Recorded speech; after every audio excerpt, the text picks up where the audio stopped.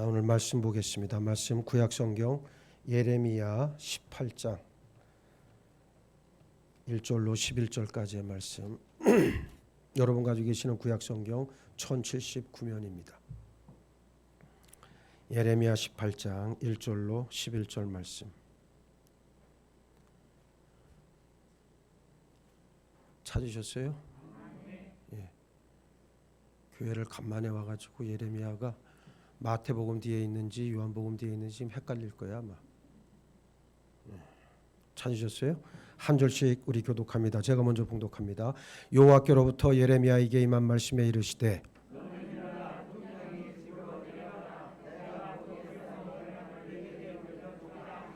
내가 토기장의 집으로 내려가서 본즉 그가 농로로 일을 하는데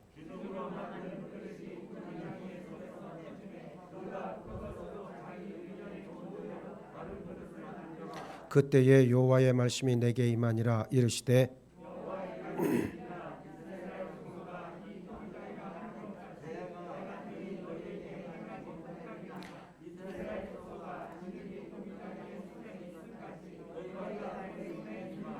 내가 어느 민족이나 국가를 뽑거나 부수거나 멸하려 할 때에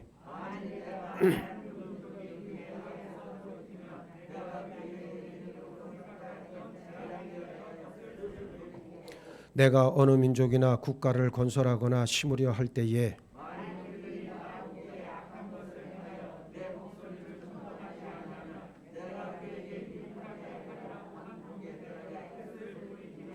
그러므로 이제 너는 유다 사람들과 예루살렘 주민들에게 말하여 이르기를 여호와의 말씀에 보라 내가 너희에게 재앙을 내리며 계책을 세워 너희를 치려 하노니 너희는 각기 악한 길에서 돌이키며 너희의 길과 행위를 아름답게 하라 하셨다 하라. 아멘. 할렐루야. 할렐루야. 자, 오늘 본문에 있는 말씀은 유명한 말씀입니다. 하나님을 토기장이에 비유한 그러한 말씀이지요. 그래서 제가 설교의 제목도 토기장이가 빚으시는 그릇으로 제가 말씀을 뽑았습니다. 하나님은 고난과 시련을 통해서 그리스도인들을 하나님께서 쓰시기에 합당한 그릇, 그 중에서도 이 합당하다는 의미는 깨끗한 그릇을 말해요. 거룩한 그릇을 말하는 겁니다. 그래서 그 합당한 그릇으로 만들어 가시죠. 오늘 본문 말씀에서 하나님은 토기장이의 비유를 통해서 온 인류와 그리고 우주 만물 그리고 인간 세상에 대한 하나님의 주권, 하나님의 다스리심, 하나님의 통치를 보여주고 계십니다. 하나님의 주권을 나타내는 이 비유는 나중에 사도 바울에 의해서 로마서 9장에 보면 나오죠. 다시 한번 인용되어지는 토기장이의 비유로 등장하는 것을 우리가 잘 알고 있습니다. 이 토기장이의 비유는 예레미야서의 주제 가운데 하나가 회개인 것처럼 남한국 유다 백성들이 하나님을 떠나서 우상을 섬기던 죄악에서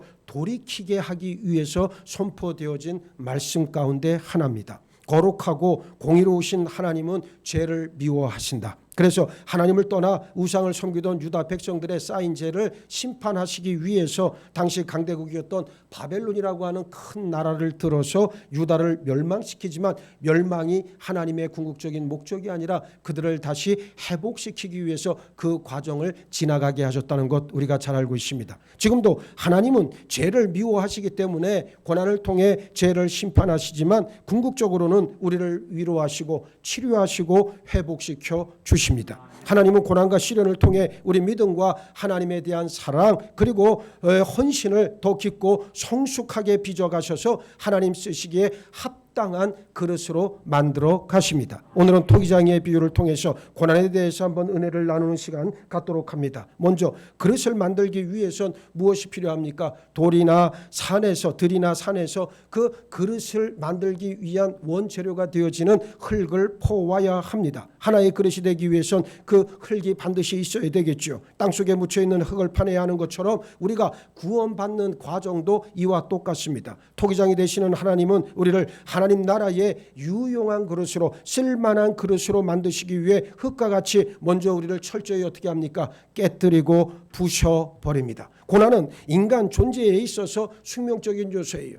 아마 인생을 살아간 모든 사람들에게 물어보면 고난을 안 겪어본 사람이 있느냐라는 질문 앞에 그렇다 대답할 수 있는 사람은 한 사람도 없을 거예요. 다 저마다 고난의 삶을 살아왔어요. 오늘 여기 계신 여러분들도 다 내 삶의 고난 한 자락씩은 다 짊어지고 있을 줄로 압니다. 그러나 중요한 것은 왜 이러한 고난이라고 하는 것, 이 고난에서 자유로울 수 없고 지금 고난에 처해 있지 않다 해서 영원히 고난은 나와는 상관없다, 절대로 말할 수 없는 이 고난, 이 중요한 것은 이 고난의 의미와 목적을 알고 있느냐 그렇지 않느냐일 뿐이라고 하는 사실입니다. 마땅히 겪지 않아도 될 고난을 온몸으로 겪은 구약시대 욥을 보시기 바랍니다. 하루아침에 자녀 10남매가 죽어나갔고 엄청난 재산이 한순간에 사라져버렸고 본인은 육신의 질병에 괴로워할 때 아내의 핍박 그리고 새 친구의 가시 같은 말들이 욥을 더 괴롭게 하고 그를 찔렀어요. 그러나 욥은 고난과 슬픔, 좌절과 고통, 어두움의 세력 속에서도 하나님을 찬양했고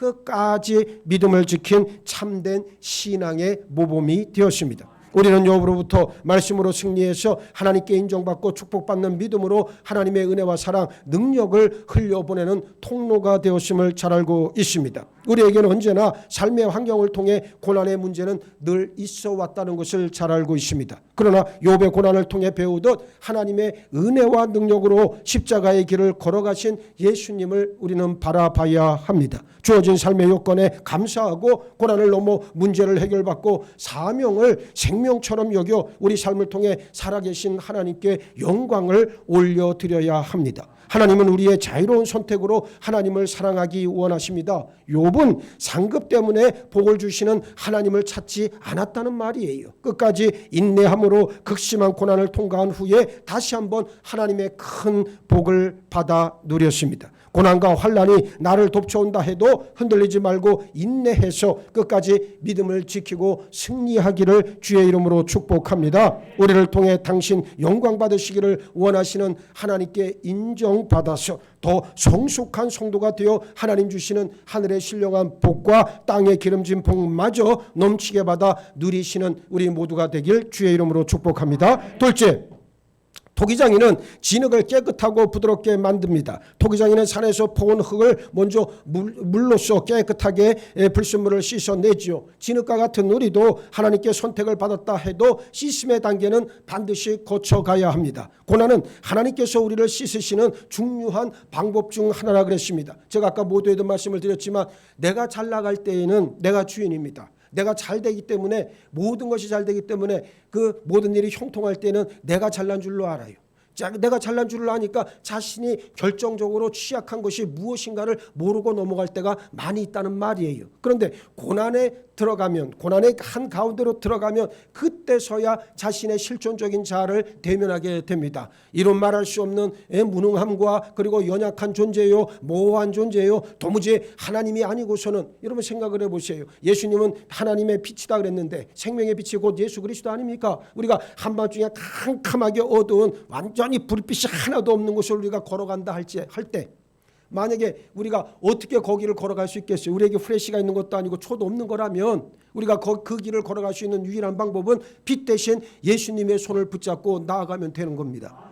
그런데 사람들은 그걸 몰라요.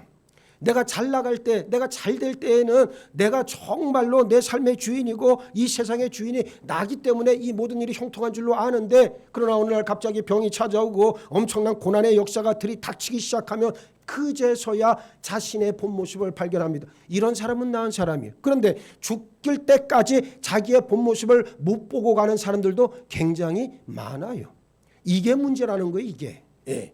그런 사람들은 어찌할 수 없는, 하나님께서 이미 만세전에 지옥으로 들어가기 위해서 예배해놓은 영혼이라고 감안하고 이제 성도된 우리는 절대로 그러면 안 된다는 것을 인정해야 한다는 말이에요. 그래서 내 본 모습을 알아야 되는 거예요. 내가 얼마나 냄새나는 죄인이고, 내가 얼마나 썩어 빠진 영혼이고, 내가 얼마나 하나님 앞에 차마 고개도 들 수 없을 만큼의 큰 죄인인가를 아는 자만이 눈물을 흘리되 피눈물을 흘리며 참된 회개를 거치게 되고, 십자가의 은혜 그 보혈로서 깨끗이 씻음받는 엄청난 하나님의 은혜의 자리로 내가 들어가게 된단 말이에요. 이 경험이 없으니까, 이 체험이 없으니까 신앙이라고 하는 것이 늘 언제나 허공을 맴도는, 허공을 치는 그냥 하나의 그냥 공상과 같은 것이고, 기도를 해도 하나님께로 진실되게 내 속에 있는 것들을 아뢰지도 못하고 하고는 싶으나 할 수가 없어요. 왜? 자신의 실존을 보지를 못했고 자신의 실존을 시인해 본 적이 없거든. 그래서 하나님 앞에 나오는 자는 처음부터 어떻게 해야 돼? 자신의 본 모습을 알게 해 주옵소서. 나이 70을 먹고 80을 먹으면 뭐합니까? 지가 질 잘난 줄 알고 떠들어대는데, 아무것도 아닌 깡통 같은 존재인데도 불구하고 지가 잘났다고 떠들어대. 그러니 내가 얼마나 답답해. 답답한 정도가 아니라 한숨이 나온단 말, 한숨이. 그러면서 세상에 이치는 다 깬 듯한 착각 속에 살아가는 그러한 한심한 영혼들이 우리 주변에 너무 많이 있단 말이에요. 나는 여러분들이 절대로 그런 자리에 떨어지지 않기를 주의 이름으로 축복합니다. 교회에 들어와 있다고 다 구원받은 하나님의 자녀가 아니고 말씀으로 변화받고 성령으로 거듭나서 하나님의 나라를 유업으로 상속받은 자만이 하나님의 자녀라고 칭함을 받는 거예요. 오늘 여러분들에게 그와 같은 구원의 은혜가 임하길 주의 이름으로 축복합니다. 회개를 거쳐야 합니다. 십자가의 문을 통과해 가야 됩니다. 예수 그리스도의 고난 한가운데를 내가 지나가야만 나는 하나님 앞에서 어떠한 존재인가가 그대로 다 드러나게 됩니다. 회개는 그런 아픔을 동반해요. 그래서 그게 진짜 회개인지 아닌지는 그의 흐르는 눈물을 보면 알 수가 있는 거예요. 그래서 회개와 눈물은 항상 비례합니다. 비례하는데 그 눈물의 질이 중요한 거예요. 내용물이 중요합니다. 우리가 소금물은 짜고 그다음에 설탕물은 달듯이 회개의 눈물을 맛보면 이게 진짜 회개인지 가짜 회개인지가 드러나는 거예요. 하나님 앞에 온 몸으로 부러질 때 나오는 눈물은 쓰라립니다. 아주 쓴 눈물이에요. 쓴 눈물. 왜? 내 속에 죄를 봤거든. 내가 죄인이라는 것을 발견을 했거든. 그리고 그 죄로 인해서 그 죄가 내 안에서 또아리를 틀고 있는 것을 내가 봤기 때문에 몸부림치며 하나님 앞에 어떻게 합니까? 이 죄의 문제를 어찌하면 좋겠습니까? 하나님 나를 살려주세요. 나를 살려주세요. 나를 살려주세요. 부러지질 때 나오는 그 눈물은 얼마나 애절한 눈물이고 얼마나 이 속에 있는 그 쓴 것들을 그대로 다 담아내는 물이겠어요. 그래서 회개의 눈물은 아파요. 아프고 쓰지만 그러나 그 뒤에는 무엇이 있다? 예수 그리스도의 보혈이 임하고 그 보혈로서 내 죄가 깨끗이 씻겨져 내려가는 그 체험을 할 때 하늘의 환희를 맛보게 되는 거예요. 예?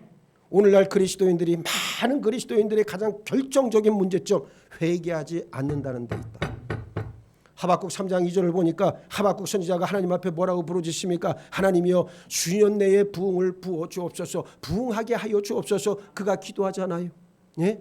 그런데 부흥하게 해달라 그러면서 하박국이 내내 강조하고 있는 말씀이 뭔지 아십니까? 회개하라, 회개하라, 회개하라요.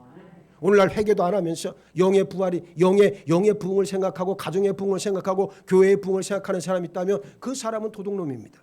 내가 회개하지 않고는 하나님의 은혜를 맛볼 수도 없고 내가 회개하지 않고는 하나님의 손길을 느낄 수도 없어요. 그런데 맨날 입만 열면 은혜요 은혜요 감사요 감사요, 말은 감사 은혜를 찾는데 실제로 자신의 삶은 뭡니까? 지옥 같은 삶을 살아내면서도 그저 입으로만, 이게 하나님을 어떻게 하는 경멸하고 능멸하고 하나님의 얼굴에 침을 뱉는 행위가 아니냐. 나는 여러분들이 최소한 하나님 앞에 그리고 여러분 자신 앞에 정직하길 바랍니다. 정직한 자만이 회개를 할 수가 있어요. 왜 회개 못하는지 아십니까? 회개해야 될 영혼들이 이 안에도 많이 있어요. 그런데 왜 회개가 안 되냐? 정직하지 않으니까.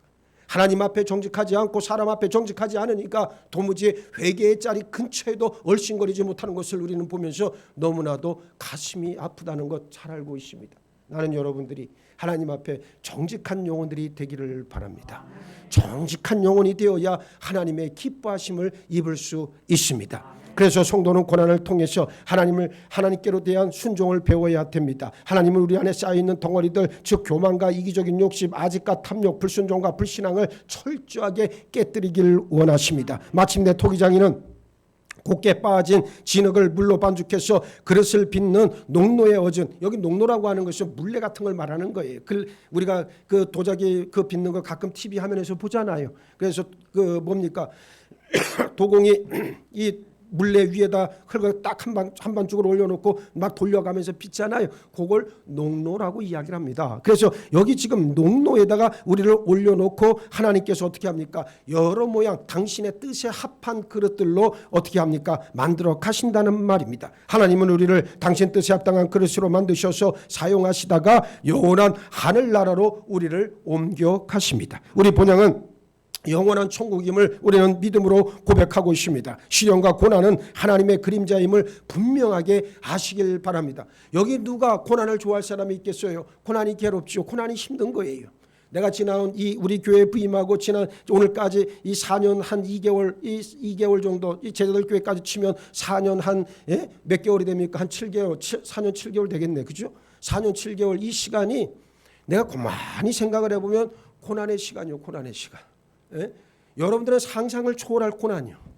물론 이 가운데는 저의 마음을 헤아리고 함께 기도하는 기도의 동역자들은 그 마음을 알 거예요. 얼마나 저 주의 종이 힘들고 어렵고 얼마나 가시밭길을 걸어왔는가를 여러분들 아는 사람은 알 거라고. 그런데 여러분 생각을 해봐요. 그게 고난인데, 분명하게 고난인데, 왜? 내가 내 몸으로도 알고 내가 내 영으로도 알고 모든 것을 아는데, 또 여러분을 보고서도 내가 아는데, 여러분의 변화되지 않는 심령, 왜곡된 심령, 삐뚤어진 심령, 회개치 못하는 심령, 부정직한 영혼들을 보면 딱 답이 나오는데, 그러니 내가 가는 이 길이 얼마나 힘들고 외롭고 괴롭고 아프고 쓰리겠어요. 고난이지만 그럼에도 이 길을 내가 걸어가고 있는 유일한 이유는 딱 한 가지. 무엇입니까? 고난을 넘어 아버지의 품으로 돌아갈 수 있기 때문이에요. 고난을 넘은 자만이 아버지의 품, 아버지의 집으로 들어갈 수 있습니다. 고난 없이 하나님의 나라에 들어갈 것 같다 착각들 하지 마시길 바랍니다. 그런 거는 세상의 얼치기들이나 하는 말이에요. 진짜 복음을 알고 예수를 만난 사람들은 예수 만나 변화받고 내 속에 있는 모든 것들을 다 토해내고, 그리고 옛된 자를 십자가에 못 박아 버리고, 그리고 예수를 따라가는 사람들만이 진정으로 천국에 들어갈 수 있다는 것을 너무나도 잘 알고 있습니다. 이제 시련과 고난은 하나님의 또 다른 그림자임을 기억하시고, 하나님 나에게 시련을 주시되 능히 이길 만한 믿음도 주셨음 감사합니다. 먼저 알을 수 있는 여러분 모두가 되기를 바랍니다.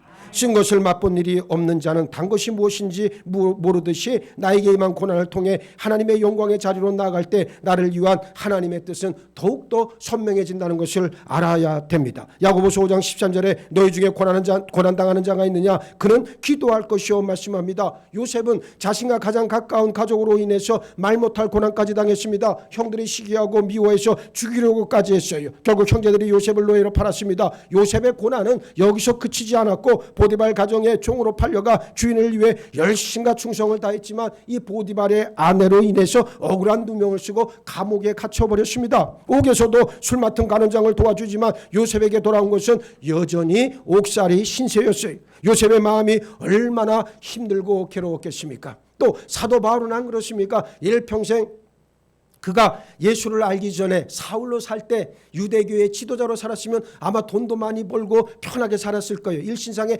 영광도 굉장히 많이 얻었을 거예요. 왜? 그는 바리새인 중에 바리새인이었고 가말리엘 문화에서 공부했던 수재였고, 그리고 로마의 시민권을 가지고 있던 자 아니었습니까?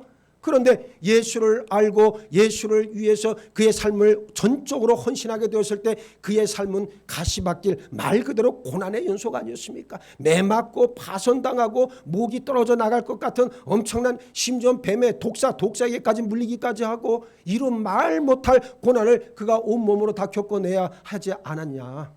오늘 분명하게 우리가 알 수 있는 것은 힘들고 괴로운 이 고난의 일들이 우리에게 임한다 할지라도 중요한 것은 바로 무엇이냐? 하나님의 섭리를 담고 있는 그릇으로 내가 지음받았다는 내 자인식이 무엇보다 중요하다는 말이에요. 요셉이 그렇지 않았습니까? 요셉은 그 고난의 한가운데에서도 절대로 어떻게 했습니까? 과거에 매이질 않았습니다. 내가 살아가고 있는 현재를 중요시했습니다. 여기에 요셉의 위대함이 있는 거 아니겠습니까? 내 삶이 하나님의 섭리, 하나님의 구원의 계획, 하나님의 구원의 의도를 담고 있는 그릇인 것을 요셉이 깨달았듯 오늘 우리도 그와 같은 하나님의 뜻을 깨닫고 그 뜻 앞에 순종할 수 있기를 바랍니다. 우리 삶의 모든 것은 합력해야 선을 이룰 수 있습니다. 고난을 통해 살아계신 하나님을 더 깊고 넓게 만나는 여러분 모두가 되기를 축복합니다. 셋째, 가마에서 그릇을 굽습니다. 토기장이는 그릇을 빚은 후에 가마에 넣어 뜨거운 물로 구워냅니다. 가장 좋은 천국의 그릇은 성령의 뜨거운 불에 구워진 그릇인 줄 믿습니다. 아무리 하나님 앞에서 사명받고 그릇의 모양을 갖췄더라도 성령의 불을 받지 않은 그릇이라면 훌륭하게 쓰임받지 못합니다. 우리가 어떤 그릇이 되어가는지 안다면 성령의 충만함을 받아야 할 줄 믿습니다. 불로 구워진 그릇이 빛이 나고 던져도 깨지지 않고 강한 그릇이 되는 것처럼 성령을 체험한 성도가 사명감이 확실하고 믿음이 견고하다는 말씀이에요. 가령 내가 은혜를 많이 입었어요. 교회를 나오고 설교 듣고 일주일에 한두 번 나오지만 그래도 나름 예배자리에 참석해서 나름 은혜도 받고 나름 나는 믿음으로 산다 자부하는 자가 있다 쳐요. 그러면 여러분 이 사람이 그러면서 교회 나와서 예배만 드리고 지가 좋아하는 것만 한두 가지 하면서 다른 충성과 헌신을 하지 않는다면 이 사람은 가짜예요. 예? 무슨 말이냐? 여러분 내가 진실로 믿음 안에 온전히 세움받고 하나님의 뜻을 이루어내는 거룩한 그릇이 되었다라고 하는 분명한 인식이 있는 사람이면 어떻게 합니까? 하나님 앞에 무조건 순종하고 그리고 충성과 헌신을 통해서 자기의 모든 것을 다 하나님 앞에 드리는 그 과정 가운데 자기 자신을 던져 놓는다는 말이에요. 그런데 이런 일들이 내 의지와 내 능력으로 되느냐? 절대로 그렇지 않습니다. 오직 성령의 능력이 임해야 내가 이 일들을 감당할 수 있다라고 하는 그러한 사실입니다. 그래서 성도는 말씀과 기도로 늘 성령 충만해야 합니다. 혹시 지금 남모르는 고난과 절망으로 낙심하고 있다 할지라도 고난의 상황을 바라보지 말고 하나님을 바라보면 우리는 삽니다. 우리가 고난의 상황을 받아들이기에 힘들어하는 만큼 하나님은 우리 한계를 너무나도 잘 알고 계시고 함께 우리와 아파하시고 멍들고 짓눌리고 녹아지는 과정을 통해서 우리를 어떻게 하십니까? 강하고 새롭게 빚어 가신다는 사실이에요. 할렐루야, 할렐루야. 여기에 고난의 의미가 있다는 말입니다. 욥은 그러나 내가 가는 길을 그가 하시나니 그가 나를 단련하신 후에는 내가 순금같이 되어 나오리라 고백했습니다. 대나무라고 하는 것은 심은 지 3년 동안은 뿌리만 내리고 성장이 전혀 없다가 이제 4년째가 되면 어떻게 합니까? 4년째가 되면 30cm 정도 자랍니다. 그러다가 5년째가 되면 폭발적으로 성장을 하는데 1시간의 성장 속도가요 소나무의 30년 성장 속도와 맞먹습니다. 그런데 이러기 위해선 하나의 전제 조건이 있어야 되는데 대나무 뿌리가 땅속에 잘 안착되어 있으면 이렇게 놀라운 성장을 하는 거예요. 그래서 저 담양이나 이런 데 가면 대나무들이 막 쭉쭉 뻗어 있잖아요. 그렇죠? 그런데 그 쭉쭉 뻗어 있는 게 막 몇십 년 된 대나무가 아닙니다. 불과 4년, 5년, 6년만 돼도 엄청나게 자라나는 것을 우리가 볼 수 있습니다. 우리 믿음의 성장 속도가 우리 교회의 부흥 속도가 느리다고 우리 믿음의 성장 속도 여러분들이 가지고 있는 믿음의 성장 속도 또 우리 교회의 부흥 속도가 느리다고 걱정할 필요가 없습니다. 하나님과 그 말씀에 온전히 뿌리 내리기만 하면 든든하고 확실한 믿음으로 성장할 수 있어요. 초대교회를 보시기 바랍니다. 예수께서 십자가에 돌아가시고 3일 만에 부활하셔서 40일간 이 땅에 머무시다가 하늘로 올라가신 다음에 제자들은 예수께서 약속하신 성령을 사모해서 전혀 기도에 힘쓰다 드디어 열흘 만에 성령을 체험하고 이전과는 완전히 구별되고 대비되는 새로운 차원의 영적인 삶을 살아내기 시작했습니다. 이것이 바로 교회의 시작 아니겠습니까? 예수 믿는다는 이유로 잡히면 사자법이 되거나 사지가 찢겨 죽어야 하는 무시무시한 상황 속에서도 저들은 어떻게 했습니까? 모이기를 힘썼고 모이면 말씀과 기도 진실한 교제를 통해 주의 몸된 교회를 세워 나갔어요. 예수를 믿는 사람들이 날로 늘어나자 사도들은 더욱더 말씀과 기도에 전무했다는 것을 우리는 잘 알고 있습니다. 저는 우리 교회가 사도행전의 교회와 같이 되기를 간절히 바라고 있어요. 가장 먼저 약속의 말씀 붙잡고 우리 심령에 새기고 그 말씀에 감화받은 심령들마다 기도자리를 지켜내고 성령의 일꾼들로 쓰임받는 역사가 있기를 바랍니다. 그냥 되어지는 일이 아니에요. 절대로 그냥 되어지는 일이 아니에요. 저보고 목사님 믿음에서 가장 중요한 게 뭡니까? 라고 물으신다면 저는 눈물의 씨앗이라고 대답하는 것이 아니라 말씀이라고 말하고 싶어. 말씀만이 우리를 어떻게 합니까? 믿음의 자리로 끌고 갑니다. 말씀의 은혜를 받아야 기도합니다. 여러분 보세요. 기도자리도 들쑥날쑥하고 내 컨디션에 따라 어떤 날은 나오고 말고 막 반복하는 사람들 이거 전부 다 이거 다 헛개비들 아닙니까? 그런데 이런 사람들의 특징이 뭔지 아십니까? 그 10년 가운데 말씀이 자리하지 않아. 말씀이 없어요. 말씀의 뿌리가 내리질 못했으니까 그러니까 어떻게 합니까? 어떨 때는 자아가 어떨 때는 말씀이 서로 안에서 어떻게 합니까? 내부적 충돌을 일으키니까 내가 승리하면 쉬는 거예요. 그렇잖아요. 여러분 경험 있잖아요. 예? 교회 나오기 싫을 때 있잖아. 솔직하게 얘기해. 뭘 아닌 척하고 내 앞에서 목사님 나는 아닌데. 그래 봐야 다 그 탈 뒤에 숨겨진 여러분의 본 모습은 다 보여. 그래서 내가 기분 좋으면 교회도 오늘 나가서 한번 기도도 한번 해보고 정말 가서 한번 교회 가서 마음도 한번 편안함을 한번 받아보자 뭐 요따위 생각하면서 마치 어린 아이들도 그런 믿음은 잘 없는데 나이가 많은 사람들이 오히려 아이들보다도 못한 그런 심정으로 교회 나올 때가 있잖아요. 오늘 이용수 권사님 마음이 자꾸만 찔림 하겠구만. 응? 그렇잖아요. 여러분 생각을 해봐요. 내가 이기면 집에서 푹 쉽니다. 그렇죠? 근데 말씀이 이기면 어떻게 해요? 그래도 아파도 교회 가야지. 뭐 무릎이 아프고 허리가 아파? 이거 어디 가서 돈 100만 원 준다 그래봐. 막 달려갈 거라고. 예? 근데 교회만 나오라면 무슨 헌신과 충성만 아이고 무릎이야. 아이고 허리야. 아니 왜 안 아프던 무릎과 허리가 그렇게 아파 그때만 되면? 마귀가 역사하니까. 더러운 귀신이 역사하고 있다는 게 보이니까. 본인만 모를 뿐이요. 본인만. 그렇게 믿음 생활하면서도 그렇게 헛개비로 하면서도 아이고 나는 구원받겠지. 그건 여러분들의 스스로의 생각일 뿐이고 하나님과는 상관이 있다 없다. 야 우리 교인들 수준이 이렇게 높아. 이용수권이 봤지 지금. 봐. 없다고 딱 잘라 얘기하잖아. 예? 지금 없다고 얘기한 사람이 딱 정확하게 5명이거든. 이 사람들은 새벽기도를 열심히 나오는 분들이요. 나머지는 말을 못해. 예. 여러분 믿음은 그런 거예요. 내 속에서 말씀의 뿌리만 제대로 내리고 있다면 어떠한 삶의 환경에 처해진다 할지라도 믿음의 길은 걸어가야 된다는 거예요. 제가 기억을 해보니까 어렸을 때 할머니 손 붙잡고 한 4km 되어지는 논밭길을 걸어가면서 내 교회를 다녔던 저 제천 동부감리교회를 다녔던 그때 기억이 내가 생각이 나요. 제천이라는 동네가 얼마나 여름엔 덥고 겨울엔 춥습니까? 지금은 뭐 가끔 지금도 그러잖아요. 겨울에 영하 제일 떨어질 때가 가끔 나오잖아요. 제천. 굉장히 추워요. 그때는 뭐 옷이 뭐 변변한 게 있습니까? 뭐 장갑이 있습니까? 장갑도 그 굵은 실로 뜬 그 저 봉어리 장갑 그 껴봐야 안 끼나 많아요. 그 끼나 많아요. 그거 끼고 할머니하고 그 한 4km 걸어갔다 오면요 다 얼어. 그래도 주일을 빼먹질 않았어.